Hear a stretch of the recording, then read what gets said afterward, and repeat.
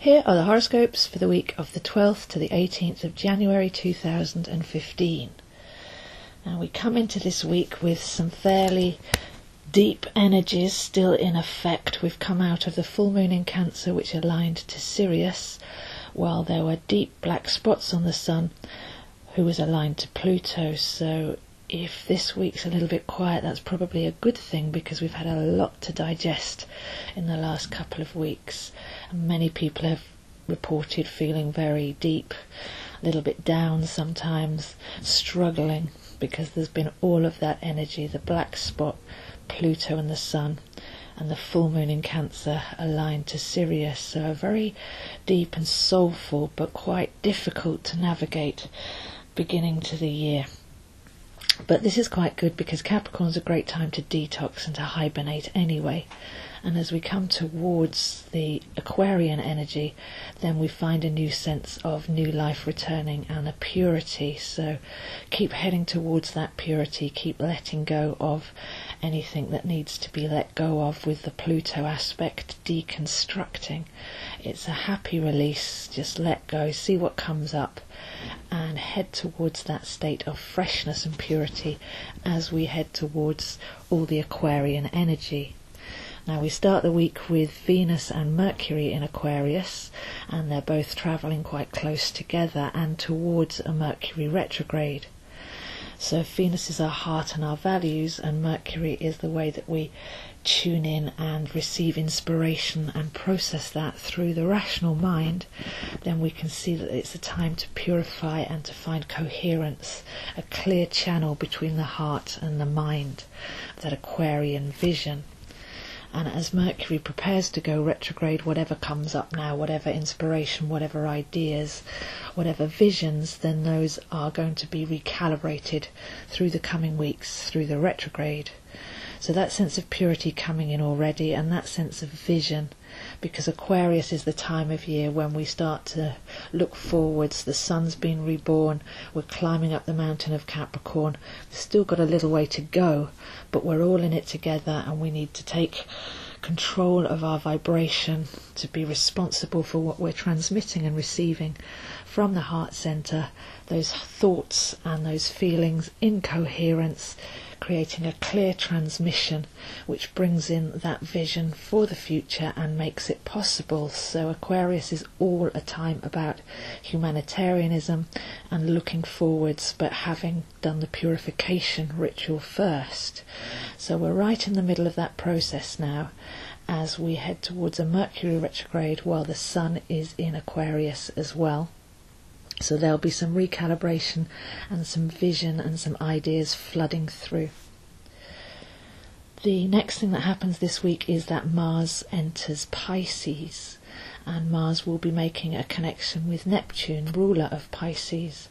So very Piscean energy coming in there, and Mars is where we take our life force energy and direct it, and Pisces is the deep spiritual waters.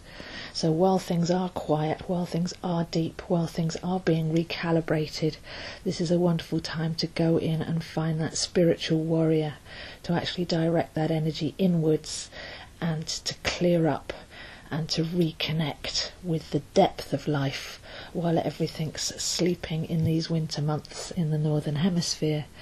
So Mars approaching Neptune, who is our tuning fork, our connection with the divine and our pure resonant spiritual vibration, then we can see that we're about to be reconnected on a very simple level if we've done the clearing out with Pluto and the realignment with the Aquarian energies as well. So we're still under the auspices of the 2.5 year new cycle of Saturn in Sagittarius. So after 2.5 years of digging out the shadow side and the subconscious in Scorpio, Saturn is now expanding us with that hearth fire of Sagittarius. It's a new start, it's a time to be strong and centred and disciplined, but to expect that expansion and growth as the light grows. So the channels of the body being cleared so that we can light up, so that we can radiate, so that we can expand. And as we head towards the Aquarian energies, so that we can actually transmit our new selves. So we have a lot of deep energy, not much actual action going on this week apart from the Mars into Pisces, so we'll feel that dive into the spiritual waters by Monday, but much going on under the surface on all the other channels. By the time we get to the end of the week, we're working towards the dark moon in Capricorn. So every month there's a dark moon just before the new moon, and this is our chance to let go of anything that we're carrying with us from this particular lunar cycle, which is a month or a month, the moon's journey round the zodiac, and it's a time to let go of anything that we don't need to hang on to find the lessons, to take the seed forward, but to leave the baggage behind so that we're constantly refreshing ourselves. So the dark moon in Capricorn coming in next weekend, that's a chance to actually go deep again and to just let go of anything from the more recent cycle of the sun going through that sign of Capricorn. So we will be getting to a new moon in Aquarius and the sun in Aquarius, and lots of fresh Aquarian energy next week. But for this week it's very much about letting go of the past, realising what matters, taking that step forward, purifying and allowing that deconstruction to happen, while turning our energies to the spiritual waters of Pisces and the clarity of the heart and mind in visionary Aquarius, so that we're ready to step forward next week. So those are the horoscopes for this week, and I'll see you next week.